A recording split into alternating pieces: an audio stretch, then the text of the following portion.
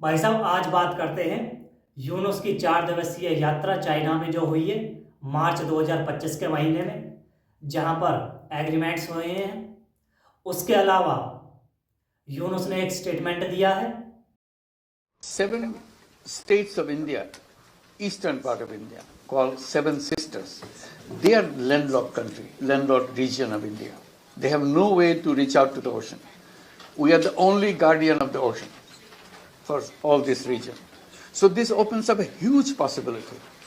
So this could be an extension of the Chinese economy, build things, produce things, market things, bring things to China, bring it out to the whole rest of the world.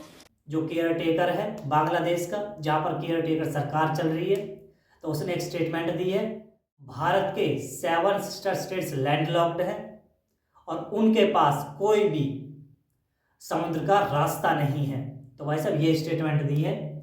तो भाई साहब यहाँ हमारी agencies को, हमारे देश की सरकार को बिल्कुल जागने की ज़रूरत है, चेतने की ज़रूरत है, क्योंकि ये हमारे लिए कभी भी सिक्योरिटी का कंसर्न बन सकती है। क्योंकि हमारा जो 7 सिस्टर स्टेट्स हैं उनसे सिर्फ एक छोटा सा रास्ता है, सिलीगुड़ी कॉरिडोर या चिकन स्नैक्स, उसी के रास्ते हमारे देश का जो मेन लैंड है उससे हमारा जो पूर्वी भारत है, जो 7 सिस्टर स्टेट्स है, वो जुड़े हुए हैं। तो भाई साहब ये बिल्कुल हमारे लिए सिक्योरिटी की बात है। और जो उसने बोला है यूनुस ने वहाँ जाकर, वो भी एक ऐसे देश में जो हमारे हमेशा ही एंटी रहता है। तो हमें बिल्कुल जागने की, चेतने की ज़रूरत है। और भाई साहब ये पाकिस्तान वालों की खास बात है, क्योंकि अब तो बांग्लादेश भी ईस्ट पाकिस्तान बन ही गया है। क्योंकि 1947 में एक ईस्ट पाकिस्तान था, एक वेस्ट पाकिस्तान था। वेस्ट पाकिस्तान तो पता ही है, उनके आका बदलता ही रहता है। पहले उसका आका अमेरिका था, उसके बाद अब बदल लिया, फिर चाइना हो गया, फिर सीपैक आ गया। अब भाई साहब जब से तख्ता पलट हुआ है बांग्लादेश में, उसके बाद जब से एक care taker government, care taker prime minister आया है, तब से भाई साहब पहले इसका जो आका था वो बाइडन था, अब चाइना में शी जिनपिंग हो गया है। तो भाई साहब इन्हीं सारी चीज़ों पर बात करेंगे। जो सीमैक है, सीपैक है, बांग्लादेश है, मतलब ईस्ट पाकिस्तान है, वेस्ट पाकिस्तान है, मलक्का स्ट्रेट है, उसके अलावा बंगाल की खाड़ी है, उधर अरेबियन सी उर्फ सप्त सिंधु सागर है। तो इस सारे पूरे रीजन पर एक बार बात करेंगे अच्छे तरीके से। तो भाई साहब स्टार्टिंग से स्टार्ट करते हैं। पिछले साल 2024 में जब बांग्लादेश में स्टूडेंट प्रोटेस्ट हुआ था, उसके बाद शेख हसीना जी की सरकार गिरती है, तख्ता पलट होता है, जहां पर शेख हसीना जी भारत में आकर शरण लेती हैं तख्ता पलट के बाद। फिर भाई साहब शेख हसीना जी का स्टेटमेंट आती है और वो बताती है कि ऐसा क्यों हुआ। तो उन्होंने बताया कि कोई वेस्टर्न पावर है, कोई वाइट बंदा है जो उनसे सेंट मार्टिन आइलैंड को लेना चाहता है मिलिट्री यूज़ के लिए, मिलिट्री बेस बनाने के लिए। फिर आगे आगे और जो थोड़ी सी डेवलपमेंट होती है, तो नाम जो निकल कर आता है वो था भाई साहब डोनाल्ड लू, जिसने बांग्लादेश में तख्ता पलट करवाया था, बाइडेन के एडमिनिस्ट्रेशन में करवाया था। और उसके बाद हमने सारी चीज़ें देखी हैं, जो भी वहाँ पर जो भी डेवलपमेंट हुई हैं। उसके बाद भाई साहब क्या होता है कि बांग्लादेश में तख्ता पलट के बाद जो हिंदूज, जो हमारे हिंदूज हैं, जो हमारे सनातन धर्म के लोग हैं, जो हमारे मंदिर हैं, उन सब पर अटैक होते हैं, मॉब लिंचिंग होती है, मार दिया जाता है बिल्कुल ही। उसके अलावा जो भी महिलाएं, मुस्लिम महिलाएं मॉडर्न कपड़ों में बाहर निकलती हैं, तो भाई साहब तबलीगी जमात वाले उन्हें मारते हैं, पीटते हैं, उनके साथ हिंसा करते हैं। उसके अलावा एंटी इंडिया वेव्स चलाई जाती हैं। फिर भाई साहब जिस वक्त ये तख्ता पलट हुआ तो लगभग 1000 से लेकर 1500 तक जेलों से, बांग्लादेश की जेलों से कैदी भाग गए, जहां पर जो टेररिस्ट थे, जो आतंकवादी थे, वो भी भाग गए भाई साहब जेलों से, जिन्हें हमारे देश की रॉ और आईबी ने अपने ऑपरेशन कर करके बांग्लादेश में पकड़वाया था और उन्हें वहाँ की जेलों में बंद किया था। क्योंकि उस वक्त हमारे जो देश के रिलेशन थे बांग्लादेश के साथ शेख हसीना जी के टाइम में काफ़ी अच्छे थे और काफ़ी अच्छी वहाँ प्रोग्रेस हो रही थी। तो भाई साहब ये सारी डेवलपमेंट हुई है, जहाँ पर हमारे मंदिर तोड़े गए, सनातन धर्म के लोगों को मारा गया, मुस्लिम महिलाओं को मारा गया। उसके अलावा फिर जो शेख हसीना जी की पार्टी से जो लोग जुड़े हुए थे, जो उनके कार्यकर्ता थे, उनको मारा गया। फिर जो मुजीबुर रहमान हैं, उनकी जो मूर्तियाँ हैं वो तोड़ी गई। उसके अलावा वहाँ हिंसक माहौल बनाया गया, एंटी इंडिया वेव्स चलाई गई। वेस्टर्न मीडिया ने आकर वहाँ पर एंटी इंडिया वेव्स चलाई, और जो वहाँ की तबलीगी जमात है उसने एंटी इंडिया वेव्स में भरपूर साथ दिया हर चीज़ का। और तो और पिछले साल मानसून का महीना चल रहा था, तो मानसून से वहाँ पर बांग्लादेश में आ गई बाढ़। अब बाढ़ को भी बांग्लादेश में तबलीगी जमात रहे और वेस्टर्न मीडिया ने दिखाया कि ये तो भारत ने किया। अरे भैया, बारिश भी भारत ने कर दी है क्या? तो भाई साहब कुछ भी हो, भारत के बारे में कुछ ना कुछ बोलते रहेंगे उल्टा सीधा। तो ये सारी चीज़ें हुई बांग्लादेश में, एंटी इंडिया वेव्स चलाई गई और भरपूर चलाई गई। ये सिर्फ कौन कर रहे हैं? ये सिर्फ 2-3 लोग हैं। पहला वेस्टर्न मीडिया, दूसरा तबलीगी जमात, और तीसरा जो ये यूनुस के कुछ अब फॉलोअर्स जो बन गए हैं, बस वो लोग कर रहे हैं। बाकी जो इनके फादर ऑफ नेशन था मुजीबुर रहमान, उसकी मूर्तियाँ तोड़ी गई, हटा दी गई। हिंसा हुई, अथाह हिंसा हुई। जितनी भी माइनॉरिटीज़ थी, जितने भी हिंदू धर्म से, सनातन धर्म से जुड़े लोग थे, वो सब के सब उनको मारा गया, मॉब लिंचिंग हुई, जिसमें से हमारे बहुत सारे जो साधु भी थे उनको भी पकड़ा गया, जेलों में डाल दिया गया। तो ये बहुत सारी चीज़ें हुई हैं उस वक्त, जिस वक्त ये तख्तापलट हो रहा था। उस तख्तापलट से 3-4 महीने के अंतराल में ये सारी चीज़ें लाइन वाइज हुई हैं।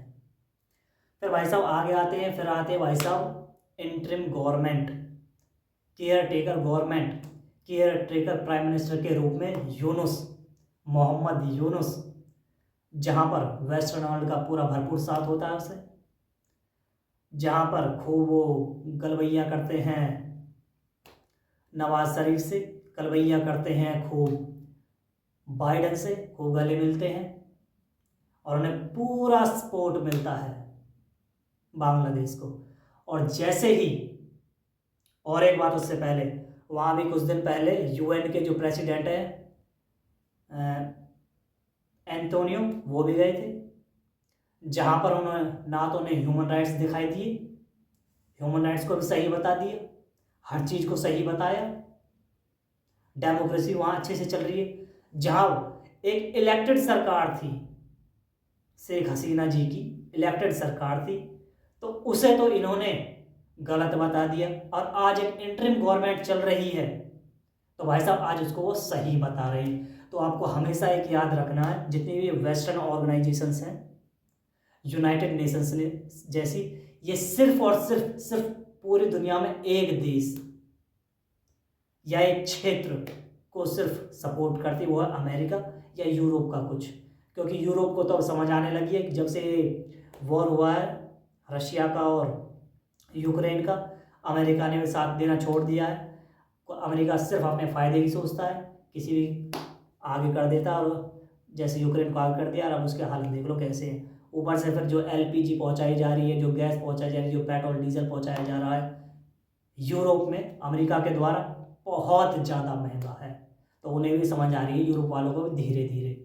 अभी आप देख रहे हो कि समीकरण भी चेंज हो रहे हैं यूरोप में भी। यूरोप भी अब दूसरे देशों की तरफ देख रहा है। अभी भारत के साथ भी कुछ एग्रीमेंट्स हुए हैं, जर्मनी ने किए हैं, फिर यूरोप चाइना की तरफ भी देख रहा है, उसके अलावा और दूसरी तरफ भी देख रहा है। कहीं ना कहीं यूरोप में और अमेरिका में कहीं ना कहीं ड्रिफ्ट आ गया है। तो इस पर फिर कभी बात करेंगे। तो भाई साहब ये जो जितनी भी वेस्टर्न ऑर्गेनाइजेशन है, सारी की सारी सिर्फ एक ही देश को सर्व करती है, और वो देश है अमेरिका, यूएसए। सिर्फ और सिर्फ उसको। जब भी कहीं इन्हें कुछ करना होता है, जैसे तख्तापलट किया, सबसे अच्छा उदाहरण यही है बांग्लादेश, जहाँ पर इन्होंने तख्तापलट किया, तो वहाँ पर डेमोक्रेसी खतरे में आ जाएगी, ह्यूमन राइट्स खतरे में आ जाएंगे। जो ये 3-4 बहुत पहले से ये इन 4 चीज़ों को बोलते आ रहे हैं, 3-4 चीज़ों को बोलते आ रहे हैं, वो लगातार इन्हीं को ही देख लो आप। और फिर यूनाइटेड नेशंस में उनके पीछे बोलने लगेगा, हाँ भैया ह्यूमन राइट्स खतरे में है, हाँ भैया डेमोक्रेसी खतरे में है। तो ये सारी चीज़ें जो वेस्टर्न नैरेटिव्स है UN जैसी ऑर्गेनाइजेशंस के थ्रू वेस्टर्न वर्ल्ड चलाता है। और जब ये इंटरिम गवर्नमेंट आई जहाँ पर हमारे सनातन धर्म से जुड़े लोगों को मारा जा रहा था, जहाँ पर मुस्लिम महिलाओं को मारा जा रहा था, जहाँ पर ये शेख हसीना जी की जो पार्टी के जो सपोर्टर्स थे उन सबको मारा जा रहा था, तो यूनाइटेड नेशंस को ना तो कोई ह्यूमन राइट्स दिखाई दिए, ना उनके बारे में कोई आवाज़ उठाई, कुछ नहीं, नथिंग। ये सारी चीज़ें हुई हैं भाई साहब। आंखें बंद कर रखी, कानों में उंगली ठोक रखी है इन लोगों ने, यूनाइटेड नेशंस ने और वेस्टर्न वर्ल्ड ने। बस भाई साहब इनको जहाँ चाहिए ना, इनके हिसाब से USA के हिसाब से जो सहूलियत होती है, जहाँ इन्हें डेमोक्रेसी चाहिए होती है, तो भाई साहब वहाँ तो इन्हें डेमोक्रेसी चाहिए होती है। पर वहीं USA को सऊदी अरेबिया में डेमोक्रेसी नहीं चाहिए, इनको चाहिए जहाँ पर इन्हें कुछ करना होता है, जहाँ पर इनके इंटरेस्ट होते हैं या डिफर हो रहे होते हैं, तो वहीं कभी डेमोक्रेसी और ह्यूमन राइट्स जैसी बहुत सारी चीज़ें कई सारी वो खतरे में आ जाती हैं। फिर किसी भी और ऑर्गेनाइजेशन को ये आतंकवादी घोषित कर देते हैं। इनके नैरेटिव के हिसाब से चलो तो सही, नहीं चलो तो फिर देखो भाई साहब ये क्या करते हैं, वही हवाबाजी करते हैं और बस। पर पूरे वर्ल्ड को धीरे धीरे ये सारी चीज़ें समझ में आती जा रही है। और जैसे जैसे हम आगे बढ़ रहे हैं तो वर्ल्ड में कहीं ना कहीं एक आती जा रही है एकता की भावना, और जो वेस्टर्न वर्ल्ड का जो ये एक तरफा दबाव रहता है वो सब धीरे धीरे ख़त्म हो रहा है। जैसे अब यूरोप को देख लो, उनकी तो समझ में आने लगी, अब ये जो प्रभाव है वो धीरे धीरे ख़त्म हो रहा है। जहाँ पर आप एक बहुत अच्छी वो देख सकते हो, जब ट्रंप की और जेलेंस्की की व्हाइट हाउस में आपने देखा नोक-झोंक हुई थी, जहाँ फिर जेलेंस्की ने आकर सबको यूरोप को थैंक्स बोला, USA को थैंक्स बोला, और ना जाने किस किस को सबको टैग करके ट्विटर पे थैंक्स बोलते गए। तो वो सारी चीज़ें हमने देखी है, सबको समझ में आती जा रही है।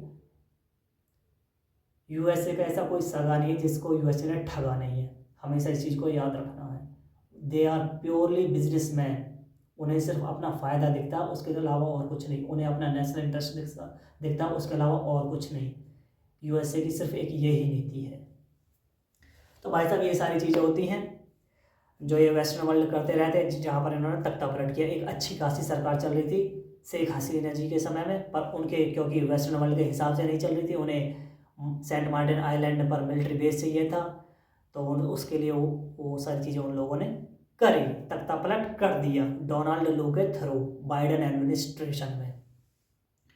और जबकि शेख हसीना जी के अंडर में बांग्लादेश बहुत अच्छा कर रहा था, प्रगति कर रहा था, उनकी इकोनॉमी बढ़ रही थी, अच्छे से चल रही थी, उनकी टेक्सटाइल इंडस्ट्री तो बहुत बड़े लेवल पर बूम कर रही थी, बहुत बड़े लेवल पर बूम कर रही थी भाई साहब।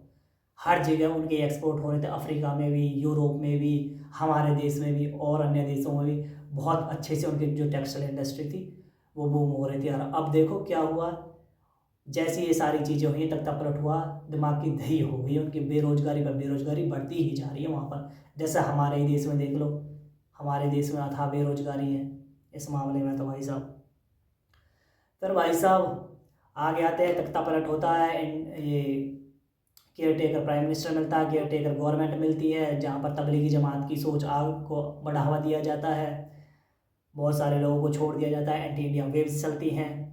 फिर भाई साहब उसके अलावा मैंने आपको 2-3 चीज़ें और बता दी कि यूनुस और नवाज शरीफ मिलते हैं, यूनुस और बाइडन मिलते हैं, यूनुस और एंटोनियो जो UN के प्रेसिडेंट है वो मिलते हैं, फिर उनकी वही स्टेटमेंट आती हैं। और फिर इसके बाद अब अंत में अब जो ये यहाँ पर ये हुई है मीटिंग हुई है, जो ये 4 दिवसीय यात्रा हुई है चाइना की, इस पर तो भाई साहब अभी 26 मार्च को 2025 को यूनुस चाइना गए थे, 4 दिवसीय यात्रा पर गए थे, जहाँ पर उन्होंने कई सारे एग्रीमेंट्स किए हैं। FTA फ्री ट्रेड एग्रीमेंट को लेकर बातचीत हुई है, और जो एग्रीमेंट्स हुए उन पर करार हुआ है कि जो भी बांग्लादेश को लोन्स दिए जाएंगे वो बहुत ही कम रेट्स पर दिए जाएंगे, क्योंकि भाई साहब आमतौर पर चाइना जो लोन्स देता है वो बहुत ज़्यादा हायर रेट्स पर देता है। जैसे पाकिस्तान को देख लो, कर्ज में डूबा हुआ, उससे जो भी उसके एसेट है वो ले ली जाती है। ऐसा ही बांग्लादेश के साथ आज नहीं तो कल ये करेंगे। हरिओम।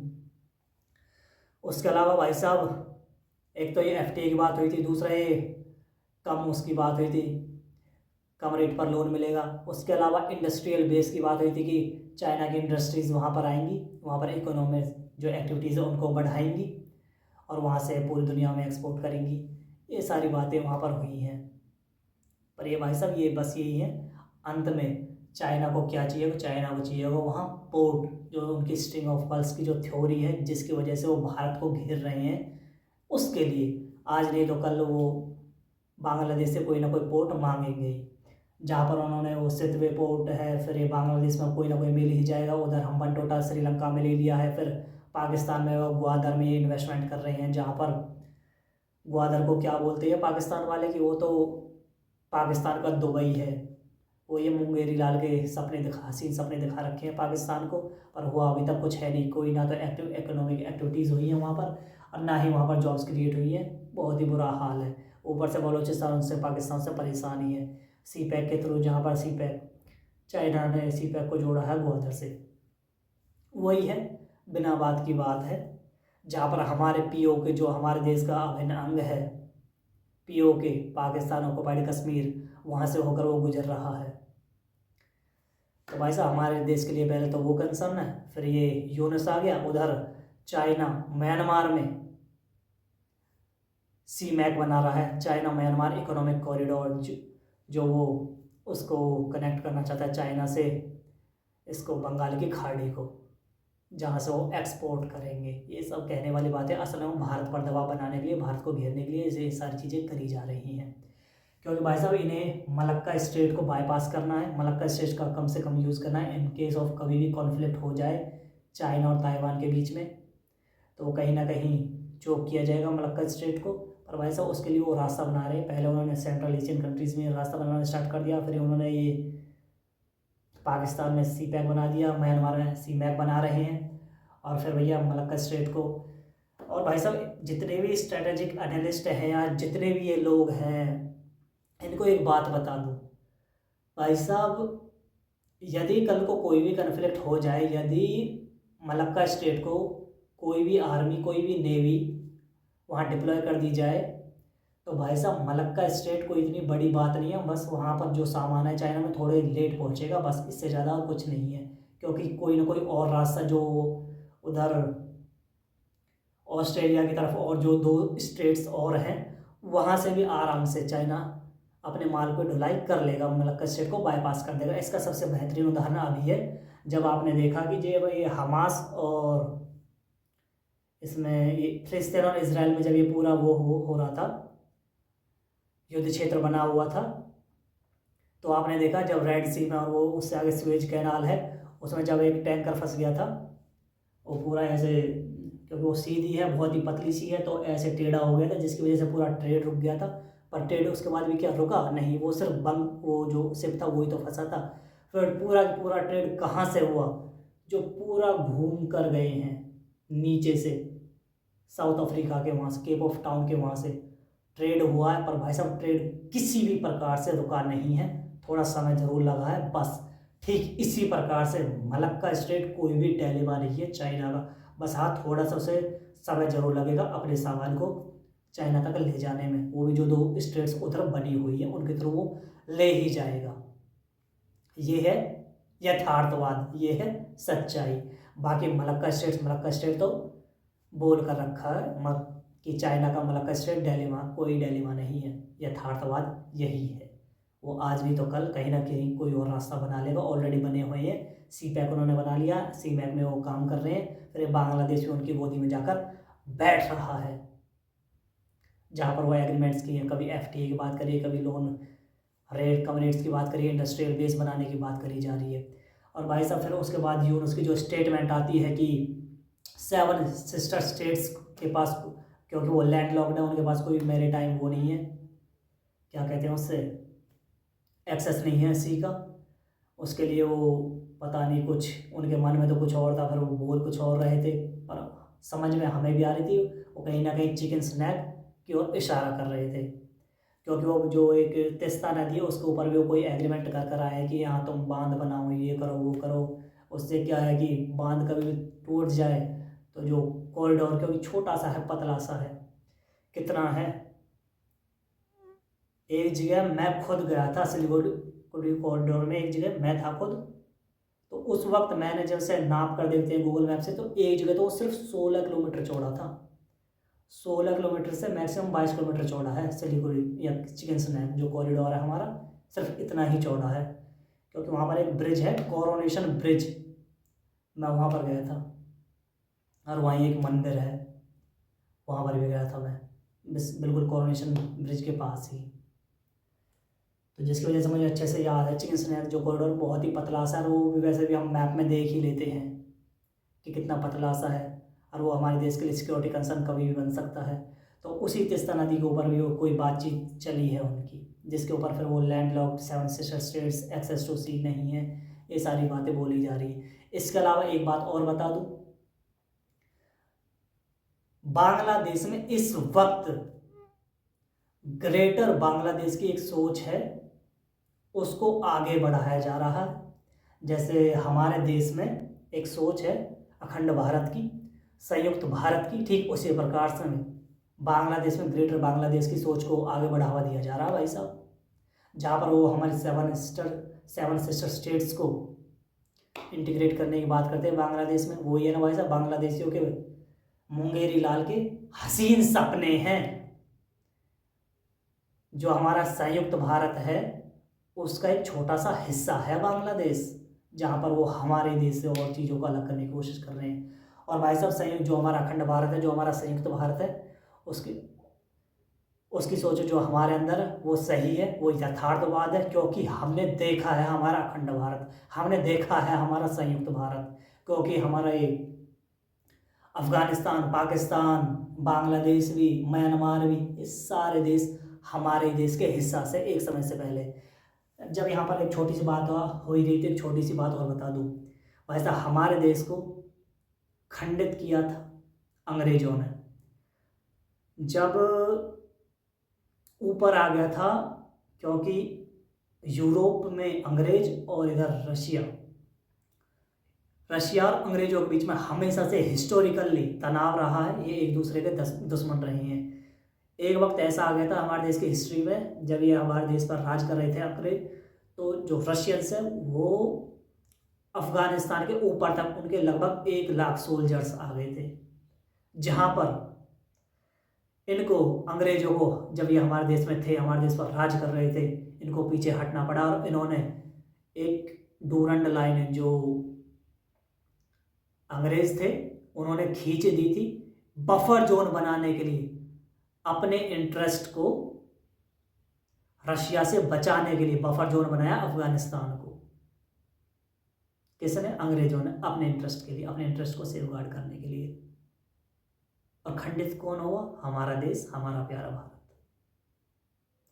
दूसरी तरफ ईरान से बचने के लिए अंग्रेजों ने क्या किया? खान ऑफ कलात को, जो आज के बलूचिस्तान में है, उसके 2 टुकड़े कर दिए। एक टुकड़ा खान ऑफ कलात कहलाया, जो खान ऑफ कलात के अंदर रहा। दूसरा कमिश्नर स्टेट या कमिश्नर प्रोविंस ऐसा करके कुछ बना था, उसे बना दिया, जो अंग्रेजों के अंडर में रहा। किससे बचने के लिए? ईरान से बचने के लिए, कि ईरान से कोई इन्वेजन ना हो जाए, ऊपर से कोई इन्वेजन रशिया ना कर दे, तो उसके लिए बफर जोन बना दिया। अफगानिस्तान को इधर से बफर जोन बना दिया खान ऑफ कलात को। तो ये अंग्रेजों ने किया था हमारे देश के साथ।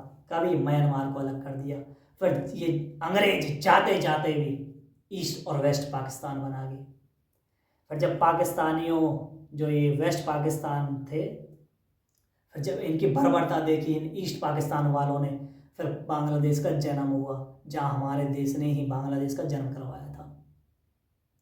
उसके बाद जहाँ इन्हें पाकिस्तानी आर्मी से इनको निजात दिलाया था, आज की जो बांग्लादेश है, जहाँ पर वो बर्बरता कर रहे थे, लोगों को मार रहे थे, पीट रहे थे, औरतों के साथ दुर्व्यवहार कर रहे थे, इनको किसने बचाया? हमारे ही देश ने। और आज ये लोग हमारे ही देश के साथ, हमारे ही देश को इंटरेस्ट में बिल्कुल भी ध्यान में नहीं रखते, कभी वहाँ पर पहुँच जाते हैं, क्या कहते हैं, चाइना पर, कभी पाकिस्तान के समर्थन में कोई स्टेटमेंट दे देंगे। तो ये सारी चीज़ें हो रही हैं। और जब पाकिस्तान की बात हो ही रही थी, एक बात और बता दो, जब ये तख्ता पलट हुआ था तो यहाँ पर इनका कोई प्रोफेसर था बांग्लादेश की किसी यूनिवर्सिटी में, वो एटम बम बनाने की बात कर रहा था। उसके बाद उसके कुछ दिन बाद ही आपने देखा कि पूरा एक हथियारों का जखीरा बांग्लादेश में पहुंचा, पाकिस्तान से पहुंचा है और शिप के थ्रू गया है। ये सारी चीज़ें हमने देखी हैं। तो भाई साहब, ये जो अभी विजिट हुई उसमें ये सारी चीज़ें हुई थी। एक तो FTA की बात पर चली थी, दूसरा कम इंटरेस्ट पर लोन, फिर उसके बाद ये तीसरा नदी पर बांध की बात चली है, फिर उसके बाद ये लोन दिए जाएंगे, उसके बाद कोई ना कोई इनसे पोर्ट ले लिया जाएगा, ये सारी चीज़ें होंगी। फिर इंडस्ट्रियल बेस बनाने की बात करी जा रही है, इकोनॉमिक एक्टिविटीज़ को बढ़ाने की बात करी जा रही है। उसके बाद फिर यूनुस ने बोल दिया है कि 7 सिस्टर स्टेट लैंड लॉक, कोई एक्सेस नहीं है सी के साथ। ये सारी चीज़ें हुई हैं।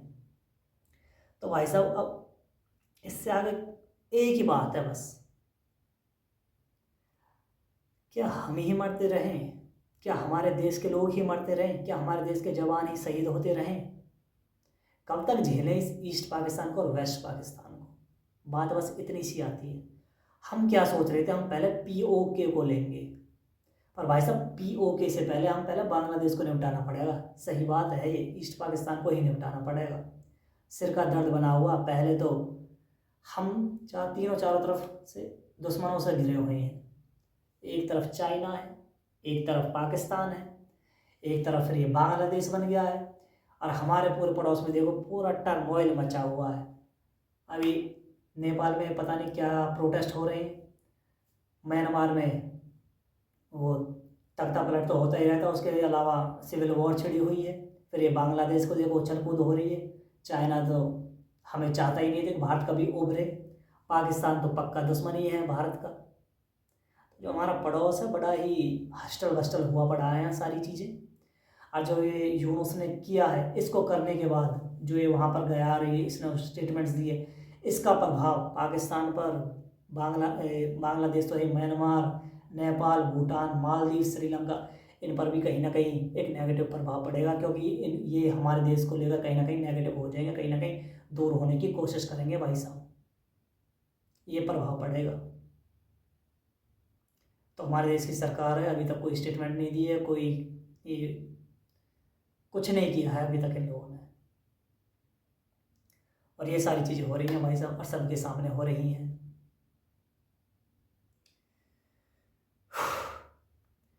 तो भाई साहब, अंत में सिर्फ एक बात है, यदि जैसे बांग्लादेश में जो बिना हाथ पैर की जो सोच घुमाई जा रही है बांग्लादेशियों के मन में कि ग्रेटर बांग्लादेश, तो भैया हम बता दें, बांग्लादेश हमारे संयुक्त भारत का एक अहम हिस्सा है। हमें पूरे बांग्लादेश को इंटीग्रेट करना पड़ेगा, आज ना तो कल, नहीं तो ये सिर का दर्द बन जाएगा जैसे पाकिस्तान बना हुआ है। अब इसने सिर का दर्द बनना स्टार्ट कर दिया है हमारे देश का। ये सच्चाई है भाई साहब, समय के साथ यथार्थवाद है। इसको अभी 8-10 सालों में, 15-20 सालों में कंट्रोल करेंगे तो करेंगे, नहीं तो फिर बाद में ये बहुत हस्टल बस्टल होने वाली है यहाँ पर, इस रीजन में पूरे में।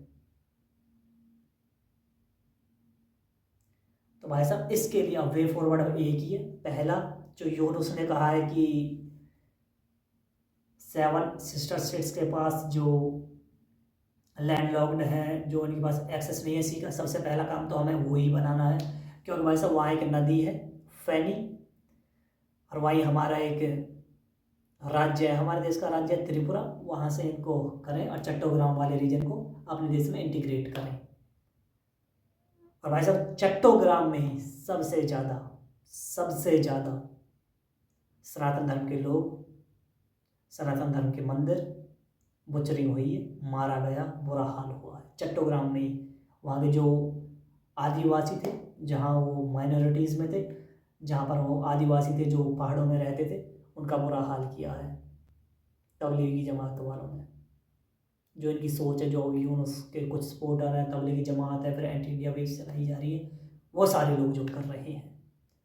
सबसे पहला काम है वहाँ से हमें से हटाएं। दूसरा हमारा काम है सिलीगुड़ी कॉरिडोर, जो हमारी चिकन स्नैक है, रंगपुर रीजन, ये 2 चीज़ जैसी आ गई तो हम सिक्योर हो जाएंगे। पहला हमारा जो चिकन स्नैक है वो दिल्ली में ख़त्म हो जाएगा, दूसरा हमारा जो मैरिटाइम सिक्योरिटी है वो सही हो जाएगी। पर भाई साहब अंत कैसे होगा? अंत तो भाई साहब इन सारी प्रॉब्लम्स का सिर्फ एक चीज़ से होगा, वो है बांग्लादेश इंटीग्रेट होगा हमारे देश में, जो हमारे देश में संयुक्त भारत का एक अभिन्न अंग है, संयुक्त भारत का एक अहम हिस्सा है। हम सोच रहे थे कि पीओके को पहले लें, पर भाई साहब पहले लेते हैं हम बांग्लादेश को, यहीं से स्टार्टिंग कर देते हैं, यहां से श्री गणेश कर देते हैं अपने संयुक्त भारत की।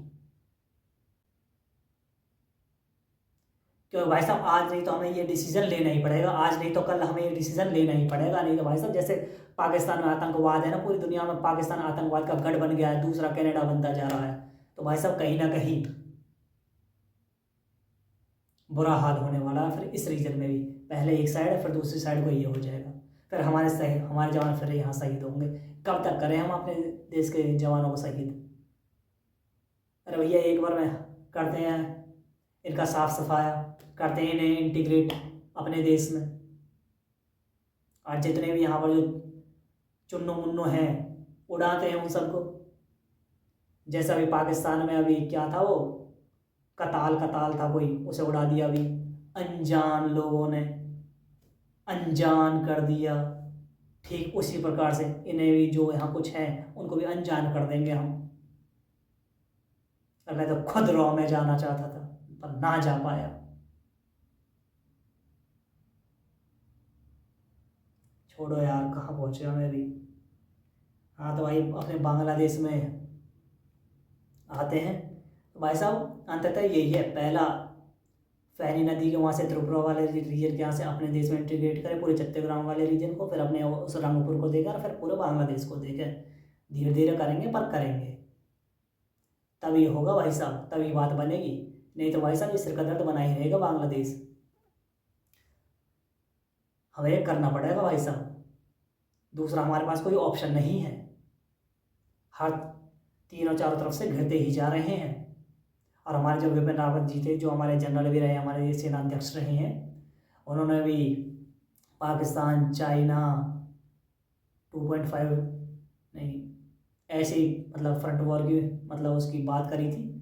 तो एक तरफ चाइना है, एक तरफ पाकिस्तान है, फिर उसके बाद भाई साहब ये बांग्लादेश अब बन गया, और फिर एक साइड को हमारे देश में सिविल वॉर हो रही है, जहाँ पर आपने देख रहे हो मणिपुर जैसे कितना बुरा हाल हो गया है हमारे देश का राज्य मणिपुर उसका। तो भाई साहब इन सारी चीज़ों से आगे हमारे देश में हमारे आने वाली पीढ़ियाँ सुरक्षित रहें, बेहतर रहें, बनी रहें, अच्छा अपनी इकोनॉमिक डेवलपमेंट करें, तो उसके लिए हमें हर हाल में हर तरीके से बांग्लादेश को इंटीग्रेट करना पड़ेगा। हमारे पास दूसरा और कोई रास्ता नहीं है।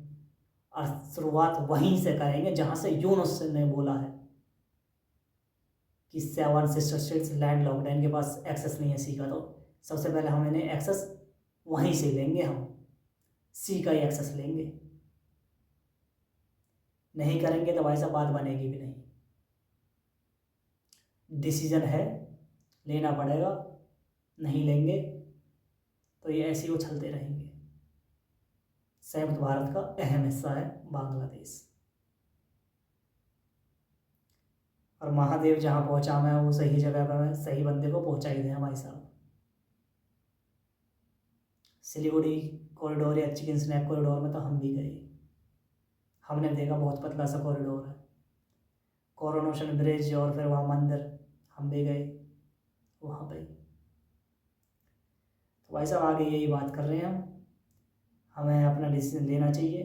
नहीं तो जिस देश को जन्म हमने दिया वही हमारी जान को आ बन रहा है, बन पड़ा है बिल्कुल ही। तो अंत में सिर्फ यही की बात, इंटीग्रेट बांग्लादेश। स्टार्टिंग जो यूनुस ने बोली है, एक्सेस टू सी। तो ऐसा भी हमारी बंगाल की खाड़ी अपनी हो जाएगी, और कहीं ना कहीं जो हमारी प्राइड थी, जो हमारा गर्व था, जिसे अंग्रेजों ने हमसे छीना था, जो हमारे देश के टुकड़े किए, वो संयुक्त होंगे कहीं ना कहीं। तो हमें करना चाहिए, बिल्कुल हम करेंगे एक ना एक दिन। जय तिरंगा, जय भारत।